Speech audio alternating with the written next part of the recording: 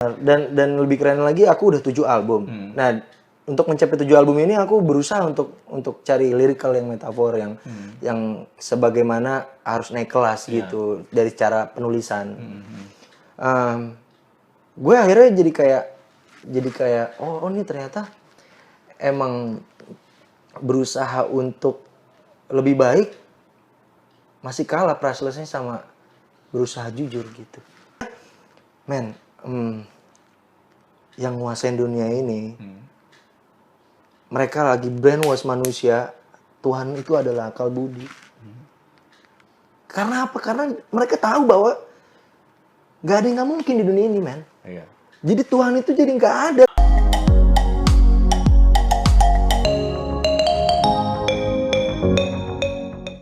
Dan kalau aku nih, kita tuh sudah dimanipulasi. Kalau menurutku ya, manipulasinya adalah hati itu ada di sini, gitu. Ya kan? Kalau konsepku, hati itu menurutku bukannya organ tubuh, men. Tapi Rasa. Jadi yang akal versus hati itu, akal versus rasa. Bukan organ tubuh versus, paham nggak? Iya. Karena heart itu jantung, Pak. Iya. Dalam akademisi itu jantung, heart Bukan itu ya jantung, hati. bukannya hati gitu. Nah maksudnya bagaimana kalau ada di sini? Jadi akal dan rasa, hati itu ada di sini sebenarnya gitu, bukannya di sini. Iya. Nah karena kita dimanipulasi ada di sini, jadi kita nggak menemukan. Gitu. Iya. Jadi kita nggak menemukan rasa, karena udah dimanipulasi. Iya. Karena ada di sini, kenapa sering berantem, kenapa sering nggak selaras? Karena dia dalam satu.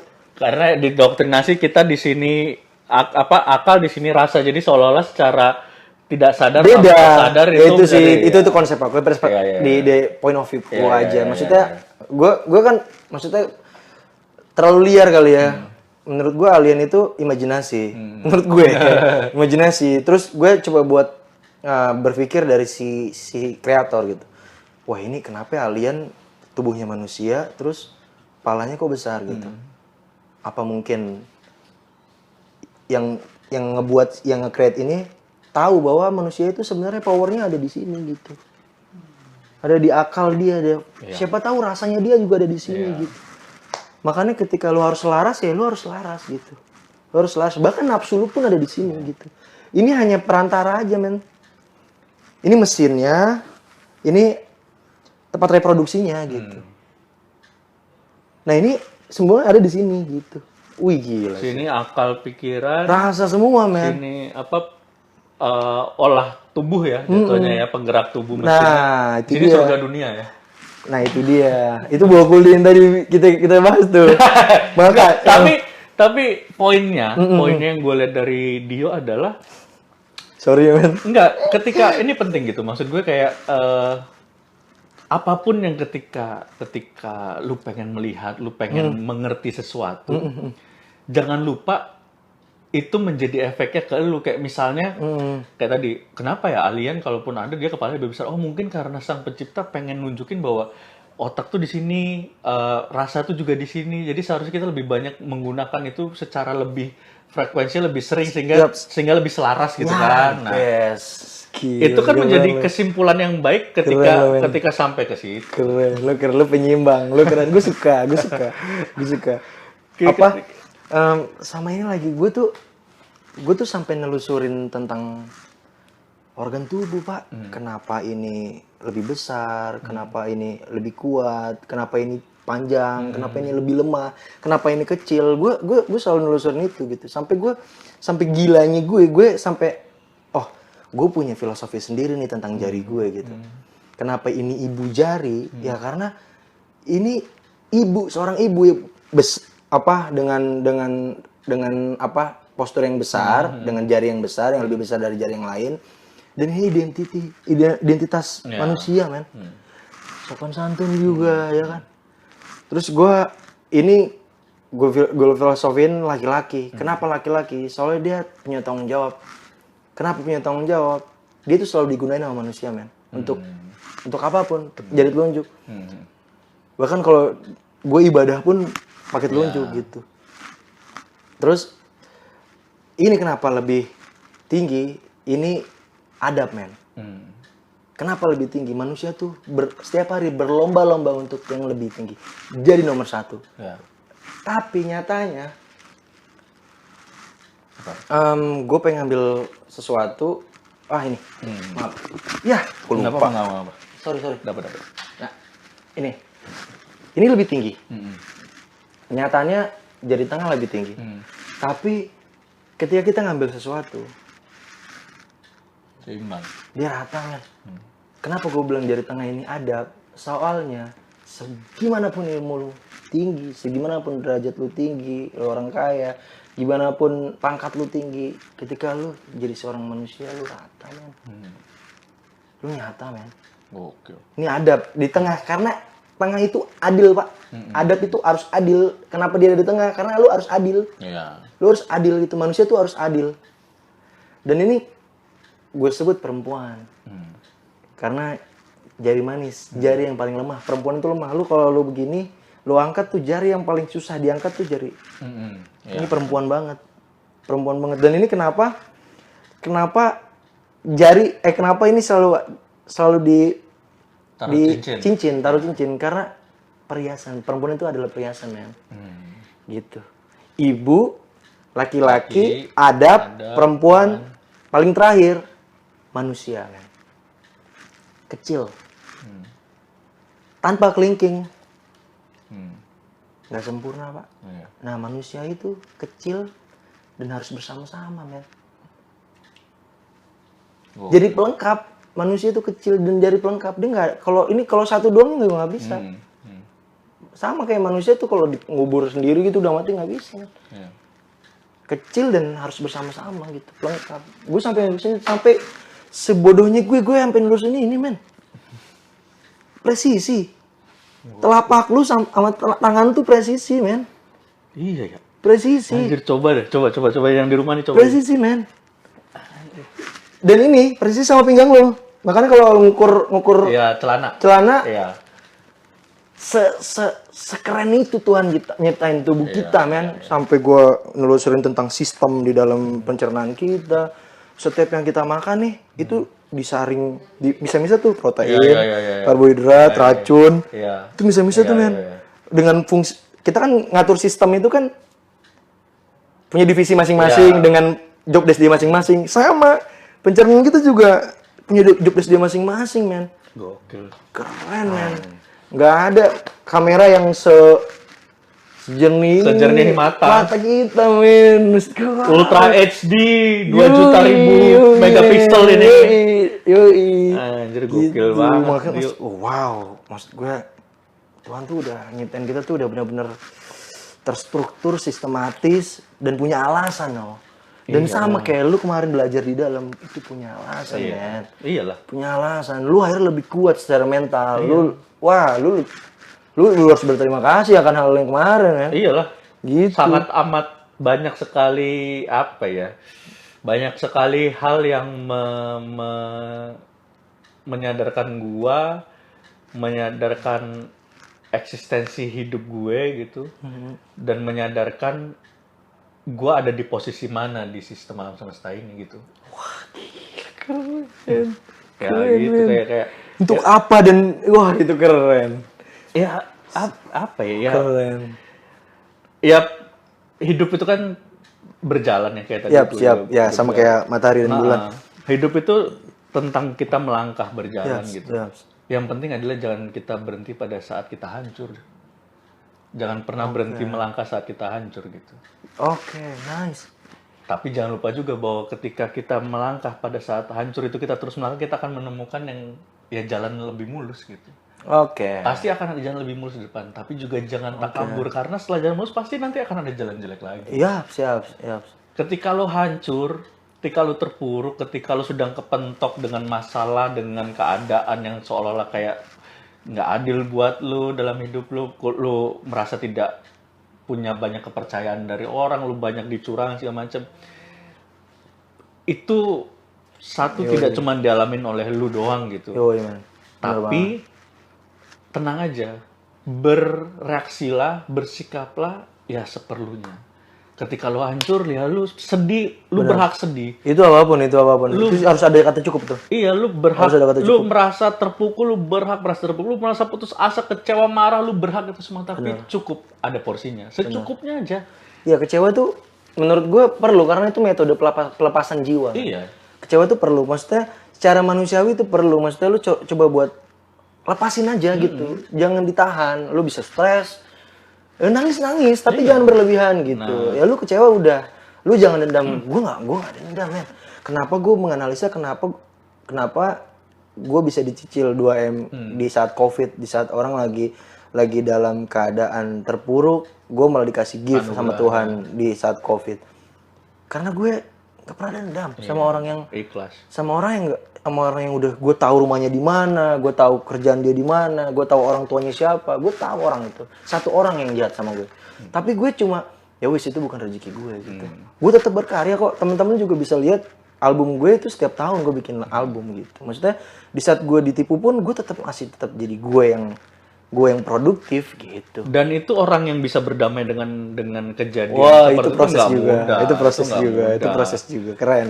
Dia bisa sampai ke Itu titik proses itu, juga. gue bisa Wah, sampai di titik itu juga. Kami melewati proses yang tidak sebentar dan tidak mudah. Tapi bukan berarti juga bahwa kami lebih hebat, enggak gitu. Bahwa poinnya adalah gua sama dia pengen menyampaikan bahwa ini loh ada insight, ada sudut pandang yang bisa lo lakukan juga, lo terapin di hidupnya gitu. Bahwa esensi hidup apa sih, kita bahagia kok. Nah, ini menarik nih.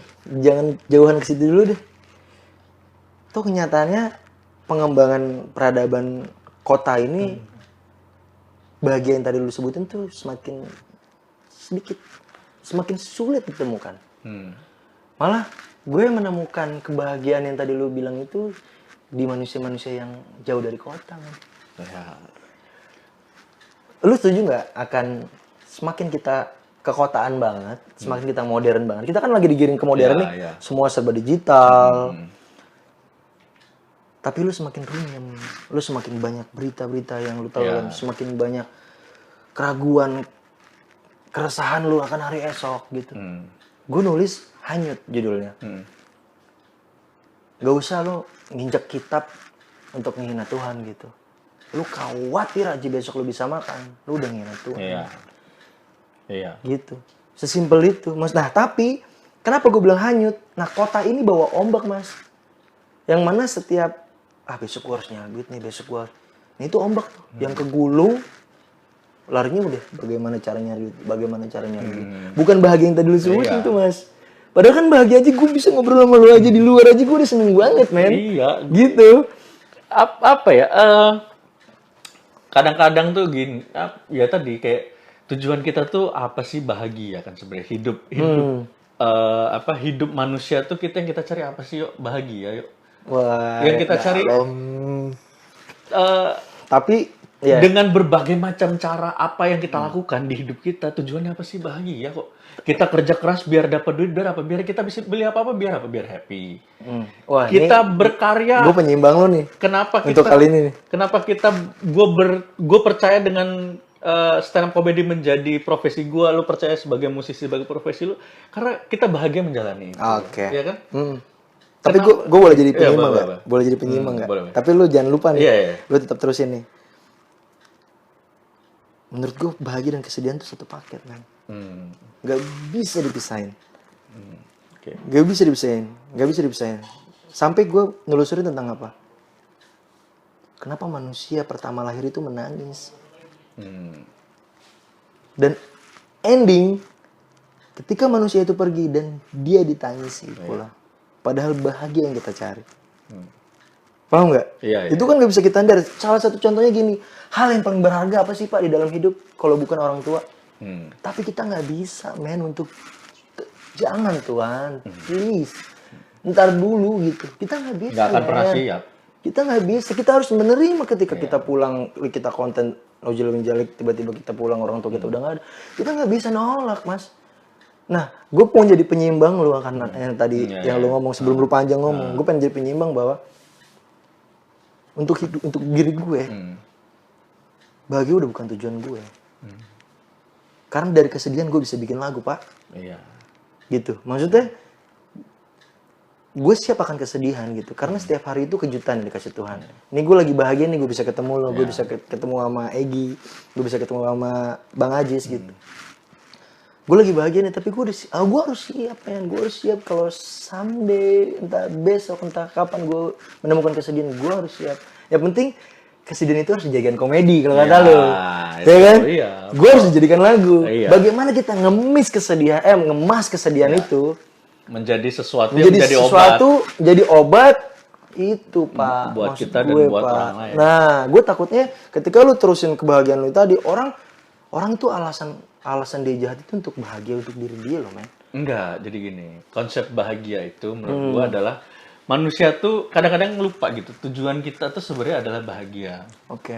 Bahagia ya yang apa yang kita lakukan, apa yang diajarkan ke kita dari kecil sampai kita tua adalah bagaimana biar hidup kita bahagia gitu. Kita diajarin sekolah biar pinter biar bisa bertahan hidup gitu, punya value biar hidup kita bahagia, nggak susah. Tapi ternyata kita bisa lihat bahwa orang yang nggak punya apapun, nggak punya sesuatu, mereka juga bahagia. Ya, tolong kebahagiaan. Iya kan? Artinya jangan sampai kita kejebak mengejar sesuatu yang kita anggap itu kebahagiaan, tapi begitu kita dapetin ternyata itu bukan kebahagiaan kita. Gitu. Gila ya.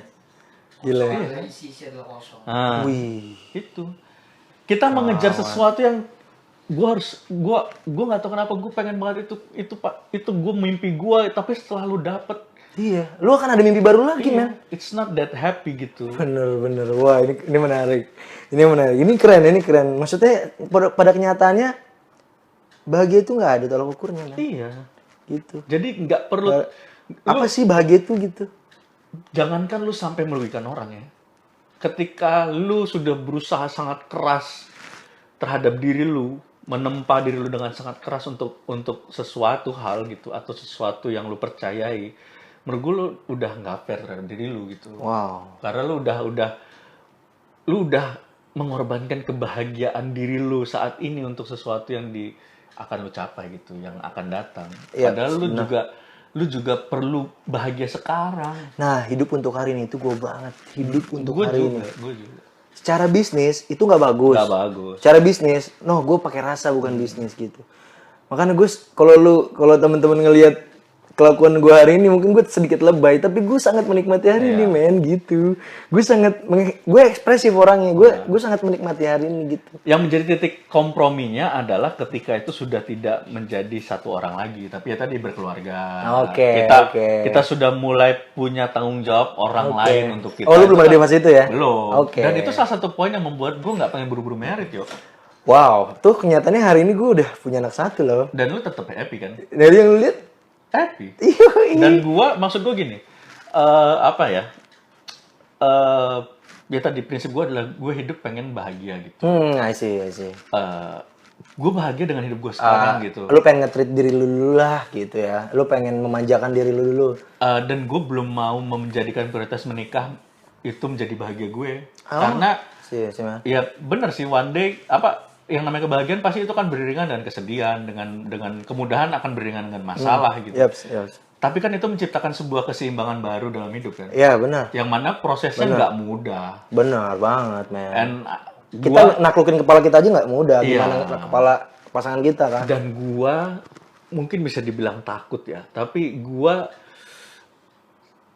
khawatir banget gitu ketika gua mengorbankan orang lain karena gua gitu. Kayak apa-apa, nggak ada semua perspektif nggak ada yang salah. Iya, dan maksud gua kayak gini, kayak oke, lu posisi sendiri misalnya, lu bisa berpikir dengan kepala lu karena itu efeknya cuma ke lu.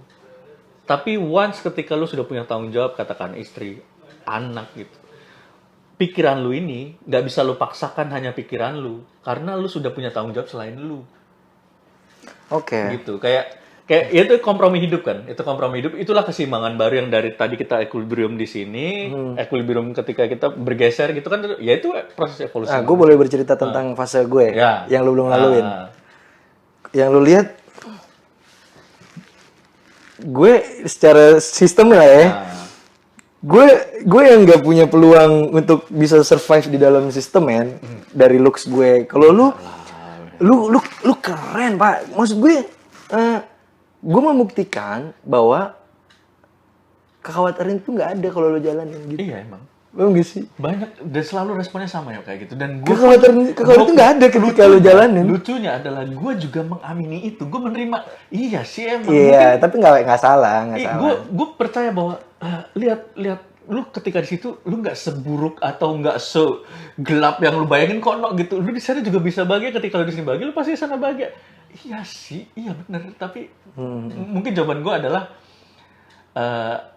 I haven't met someone who deserve to be with me for the rest of my life gitu. Oke, lu belum nemuin aja spesial ya, nice. Itu mungkin alasan yang paling konkret. Iya. Dibandingkan yang tadi lu bilang. Gue sudah menemukan tapi dia tidak menganggap gue itu, jadi kan nggak jadi.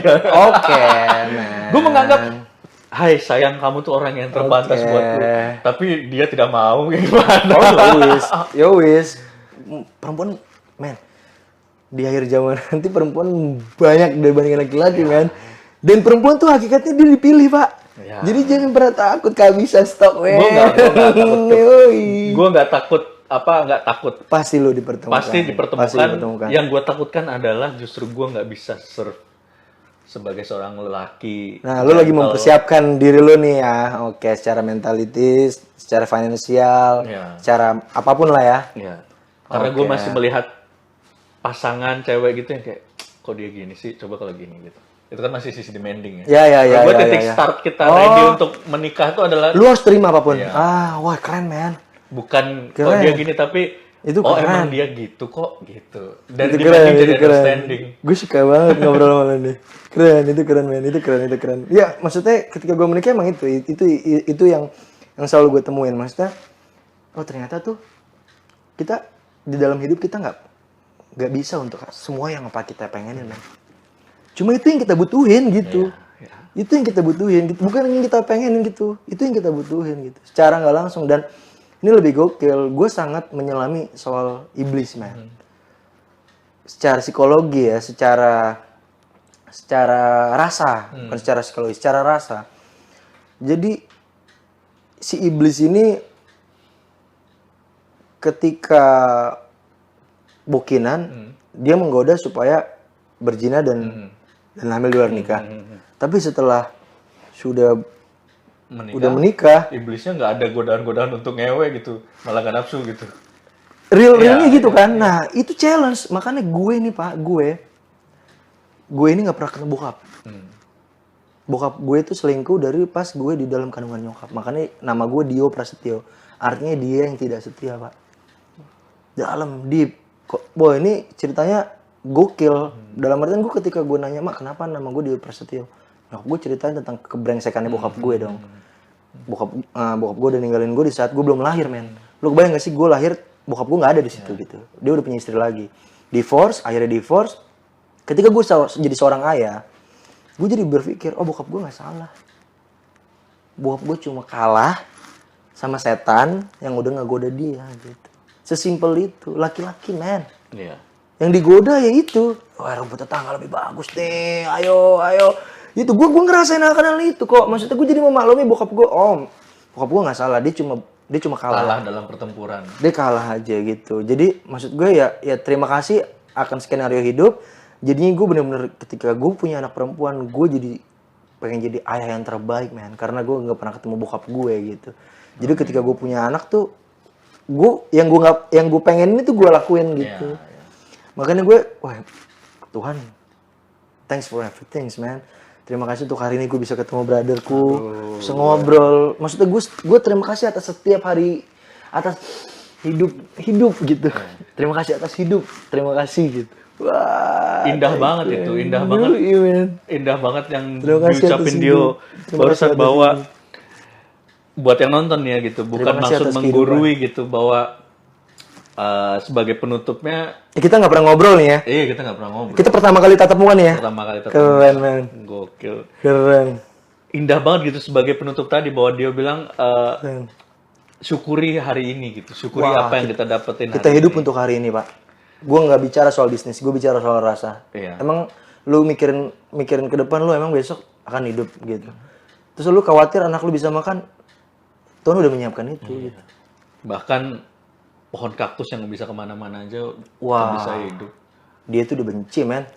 Yang ada di gurun pasir yang Yoi. nggak ada air, yang susah air, tapi dia Yoi. bisa hidup kok. Yoi, Ngapain lu ragu akan Yoi, man. kekuasaan Tuhan yang luar biasa dalam hidup lu? Bener banget, bener banget. Dan jangan lupa apa namanya, mungkin Wow. ngebungkusnya underline-nya adalah Siap.